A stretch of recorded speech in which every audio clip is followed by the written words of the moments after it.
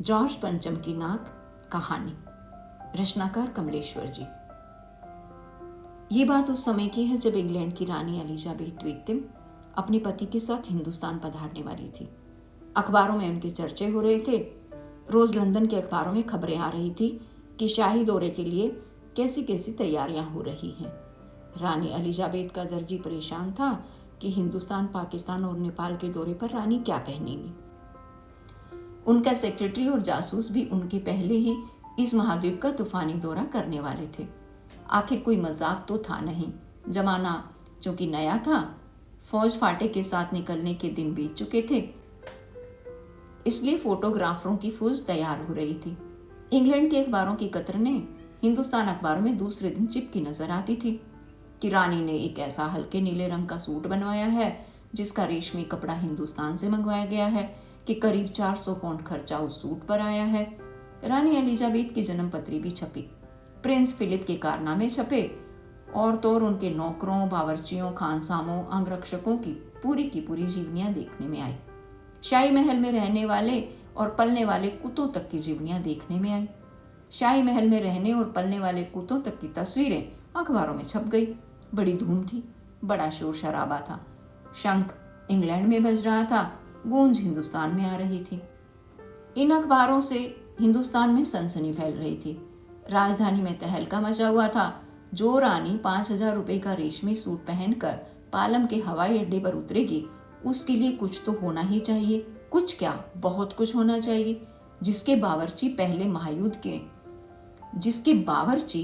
महायुद्ध में जान हथेली पर लेकर लड़ चुके हैं, उनकी शान शौकत के क्या कहने। और वही रानी दिल्ली आ रही है। नई दिल्ली ने अपनी तरफ देखा और बेखास्ता मुंह से निकल गया, वह आए हमारे घर, खुदा की रहमत। कभी हम उनको, कभी अपने घर को देखते हैं। और देखते ही देखते नई दिल्ली का काया पलट होने लगा। और करिश्मा तो ये था कि किसी ने किसी से नहीं कहा, किसी ने किसी को नहीं देखा, पर सड़कें जवान हो गई, बुढ़ापे की धूल साफ हो गई, इमारतों ने नाजनीनों की तरह श्रृंगार किया। लेकिन एक बड़ी मुश्किल पेश थी, वह थी जॉर्ज पंचम की नाक। नई दिल्ली में सब कुछ था, सब कुछ होता जा रहा था, सब कुछ हो जाने की उम्मीद थी, पर पंचम की नाक की बड़ी मुसीबत थी। दिल्ली में सब कुछ था, सिर्फ नाक नहीं थी। इस नाक की भी एक लंबी दास्तां है। इस नाक के लिए बड़े तहलके मचे थे। किसी वक्त आंदोलन हुए थे, राजनीतिक पार्टियों ने प्रस्ताव भी दिए थे, गर्मा गर्म बहसें भी हुई थी, अखबारों के पन्ने रंग गए थे। बहस इस बात पर थी कि जॉर्ज पंचम की नाक रहने दी जाए या हटा दी जाए। और जैसा कि हर राजनीतिक आंदोलन में होता है, कुछ पक्ष में थे, कुछ विपक्ष में, और ज्यादातर लोग खामोश थे। खामोश रहने वालों की ताकत दोनों तरफ थी। ये आंदोलन चल रहा था। जॉर्ज पंचम की नाक के लिए हथियारबंद पहरेदार तैनात कर दिए गए थे। क्या मजाल कि कोई उनकी नाक तक पहुंच जाए। हिंदुस्तान में जगह जगह ऐसी नाकें खड़ी थी और जिन तक लोगों के हाथ पहुंच गए, उन्हें शानो शौकत के साथ उतार कर अजायब घरों में पहुंचा दिया गया। शाही लाटों की नाकों के लिए गुरिल्ला युद्ध होता रहा। उसी जमाने में ये हादसा हुआ। इंडिया गेट के सामने वाली जॉर्ज पंचम की लाट की नाक एक आए गायब हो गई। हथियारबंद पहरेदार अपनी जगह तैनात रहे, गश्त लगाते रहे और लाट चली गई। रानी आए और नाक न हो। एकाएक ये परेशानी बड़ी सरगर्मी शुरू हुई। देश के खैर ख्वाहों की एक मीटिंग बुलाई गई और मसला पेश किया गया कि क्या किया जाए। वहां सभी एक मत से इस बात पर सहमत थे कि अगर ये नाक नहीं है तो हमारी भी नाक नहीं रह जाएगी। उच्च स्तर पर मशवरे हुए, दिमाग खरोंचे गए और ये तय किया गया कि हर हालत में इस नाक का होना बहुत जरूरी है। ये तय होते ही एक मूर्तिकार को हुक्म दिया गया कि फौरन दिल्ली में हाजिर हो। मूर्तिकार यूं तो कलाकार था, पर जरा पैसे से लाचार था। आते ही उसने हुकामों के चेहरे देखे। अजीब परेशानी थी उन चेहरों पर। कुछ लटके हुए थे, कुछ उदास थे और कुछ बदहवास थे। उनकी हालत देखकर लाचार कलाकार की आंखों में आंसू आ गए। तभी एक आवाज सुनाई दी, मूर्तिकार, जॉर्ज पंचम की नाक लगनी है। मूर्तिकार ने सुना और जवाब दिया, नाक लग जाएगी, पर मुझे पता होना चाहिए कि ये लाट कब और कहाँ बनी थी। इस लाट के लिए पत्थर कहाँ से लाया गया था। सब हुकामों ने एक दूसरे की तरफ ताका। एक की नजर ने दूसरे से कहा कि ये बताना जिम्मेदारी तुम्हारी है। खैर मामला हल हुआ। एक क्लर्क को फोन किया गया और इस बात की पूरी छानबीन करने का काम सुपर्द कर दिया गया। पुरातत्व विभाग की फाइलों के पेज चीरे गए, पर कुछ भी पता नहीं चला। क्लर्क ने लौटकर कमेटी के सामने कांपते हुए बयान किया, सर मेरी खता माफ हो, फाइलें सब कुछ हजम कर चुकी हैं। हुक्मरानों के चेहरों पर उदासी के बादल छा गए। एक खास कमेटी बनाई गई और उसके जिम्मे ये काम दे दिया गया कि जैसे भी हो ये काम होना है और इस नाक का दारोमदार आप पर है। आखिर मूर्तिकार को फिर बुलाया गया। उसने मसला हल कर दिया। वह बोला, पत्थर की किस्म का ठीक पता नहीं चलता तो परेशान मत होइए, मैं हिंदुस्तान के हर पहाड़ पर जाऊंगा और ऐसा ही पत्थर खोज कर लाऊंगा। कमेटी के सदस्यों की जान में जान आई। सभापति ने चलते चलते गर्व से कहा, ऐसी क्या चीज है जो अपने हिंदुस्तान में मिलती नहीं? हर चीज इस देश के गर्भ में छिपी है। जरूरत खोज लाने की है। खोज करने के लिए मेहनत करनी होगी। इस मेहनत का फल हमें मिलेगा। आने वाला जमाना खुशहाल होगा। वह छोटा सा भाषण फौरन अखबारों में छप गया। मूर्तिकार हिंदुस्तान के पहाड़ी प्रदेशों और पत्थरों की खानों के दौरे पर निकल पड़े। कुछ दिन बाद वह हताश लौटे। उनके चेहरे पर लानत बरस रही थी। उन्होंने सिर लटकाकर खबर दी, हिंदुस्तान का चप्पा चप्पा खोज डाला, पर इस किस्म का पत्थर कहीं नहीं मिला। ये पत्थर विदेशी है। सभापति ने तैश में आकर कहा, लानत है आपकी अकल पर। विदेशों की सारी चीज हम अपना चुके हैं, दिल, दिमाग, तौर तरीके और रहन सहन। जब हिंदुस्तान में बाल डांस तक मिल जाता है तो पत्थर क्यों नहीं मिल सकता? मूर्तिकार चुप खड़ा था। सहसा उसकी आंखों में चमक आ गई। उसने कहा, एक बात मैं कहना चाहूंगा, लेकिन इस शर्त पर कि ये बात अखबार वालों तक ना पहुंचे। सभापति की आंखों में भी चमक आई। चपरासी को हुक्म हुआ और कमरे के सब दरवाजे बंद कर दिए गए।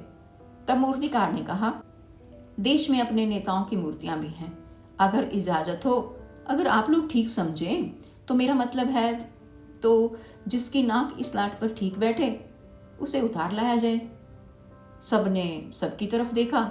सबकी आंखों में एक क्षण की बदहवासी के बाद खुशी तैरने लगी। सभापति ने धीमे से कहा, लेकिन बड़ी होशियारी से, और मूर्तिकार फिर देश दौरे पर निकल पड़ा। जॉर्ज पंचम की खोई हुई नाक का नाप उसके पास था। दिल्ली से वह बंबई पहुंचा। दादा भाई नौरजे, गोखले, तिलक, शिवाजी, कावस जी जहांगीर, सबकी नाकें उसने टटोली, नापी और गुजरात की ओर भागा। गांधी जी, सरदार पटेल, विट्ठल भाई पटेल, महादेव देसाई की मूर्तियों को परखा और बंगाल की ओर चला। गुरुदेव रविंद्रनाथ, सुभाष चंद्र बोस, राजा राम मोहन राय आदि को भी देखा। नाप जोक की और बिहार की तरफ चला। बिहार होता हुआ उत्तर प्रदेश की ओर आया। चंद्रशेखर आजाद, बिस्मिल, मोतीलाल नेहरू, मदन मोहन मालवीय की लाटों के पास गया। घबराहट में मद्रास भी पहुंचा। सत्यमूर्ति को भी देखा और मैसूर, केरल आदि सभी प्रदेशों का दौरा करता हुआ पंजाब पहुंचा। लाला लाजपत राय और भगत सिंह की लाटों से भी सामना हुआ। आखिर दिल्ली पहुंचा और अपनी मुश्किल बयान की। पूरे हिंदुस्तान की मूर्तियों की परिक्रमा कराया, सबकी नाकों का नाप लिया, पर जॉर्ज पंचम की नाक से सब बड़ी निकली। सुनकर सब हताश हो गए और झुंझलाने लगे। मूर्तिकार ने ढांढस बंधाते हुए आगे कहा, सुना था कि बिहार सेक्रेटेरिएट के सामने सन 42 में शहीद होने वाले 3 बच्चों की मूर्तियां स्थापित हैं। शायद बच्चों की नाक ही फिट बैठ जाए। ये सोचकर वहां भी पहुंचा, पर इन तीनों की नाकें भी इससे कहीं बड़ी बैठती हैं। अब बताइए मैं क्या करूं? राजधानी में सब तैयारियां थी। जॉर्ज पंचम की लाट को मल मल कर नहलाया गया था, रोगन लगाया गया था, सब कुछ था, सिर्फ नाक नहीं थी। बात फिर बड़े हुक्मरानों तक पहुंची। बड़ी खलबली मची। अगर जॉर्ज पंचम की नाक न लग पाई तो फिर रानी का स्वागत करने का मतलब? ये तो अपनी नाक कटाने वाली बात हुई। लेकिन मूर्तिकार पैसे से लाचार था, यानी हार मानने वाला कलाकार नहीं था। एक हैरत अंगेज ख्याल उसके दिमाग में कौंधा और उसने पहली शर्त दोहराई। जिस कमरे में कमेटी बैठी हुई थी उसके दरवाजे फिर बंद हुए और मूर्तिकार ने अपनी नई योजना पेश की। चूंकि नाक लगना एकदम जरूरी है, इसलिए मेरी राय है कि 40 करोड़ में से कोई एक जिंदा नाक काट कर लगा दी जाए। बात के साथ ही सन्नाटा छा गया। कुछ मिनटों की खामोशी के बाद सभापति ने सबकी ओर देखा।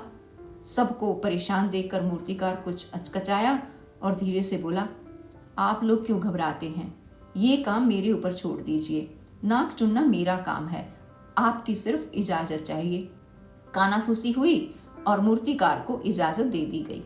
अखबारों में सिर्फ इतना छपा कि नाक का मसला हल हो गया है और राजपथ पर इंडिया गेट के पास वाली जॉर्ज पंचम की लाट के नाक लग रही है। नाक लगने से पहले फिर हथियारबंद पहरेदारों की तैनाती हुई। मूर्ति के आसपास का तालाब सुखाकर साफ किया गया, उसकी खाद निकाली गई और ताजा पानी डाला गया ताकि जो जिंदा नाक लगाई जाने वाली थी वह सूखने ना पाए। इस बात की खबर औरों को नहीं थी। ये सब तैयारियां भीतर ही भीतर चल रही थी। रानी के आने का दिन नजदीक आता जा रहा था। मूर्तिकार खुद अपने बताए हल से परेशान था। जिंदा नाक लाने के लिए उसने कमेटी वालों से कुछ और मदद मांगी। वह उसे दी गई, लेकिन इस हिदायत के साथ कि एक खास दिन हर हालत में नाक लग जाएगी। और वह दिन आया। जॉर्ज पंचम के नाक लग गई। सब अखबारों ने खबरें छापी कि जॉर्ज पंचम के जिंदा नाक लगाई गई है, यानी ऐसी नाक जो कतई पत्थर की नहीं लगती। लेकिन उस दिन के अखबारों में एक बात गौर करने की थी। उस दिन देश में कहीं भी किसी उद्घाटन की खबर नहीं थी। किसी ने कोई फीता नहीं काटा था, कोई सार्वजनिक सभा नहीं हुई थी, कहीं भी किसी का अभिनंदन नहीं हुआ था, कोई मान पत्र भेंट करने की नौबत नहीं आई थी, किसी हवाई अड्डे या स्टेशन पर स्वागत समारोह नहीं हुआ था, किसी का ताजा चित्र नहीं छपा था। सब अखबार खाली थे। पता नहीं ऐसा क्यों हुआ था। नाक तो सिर्फ एक चाहिए थी, और वह भी बुद्ध के लिए।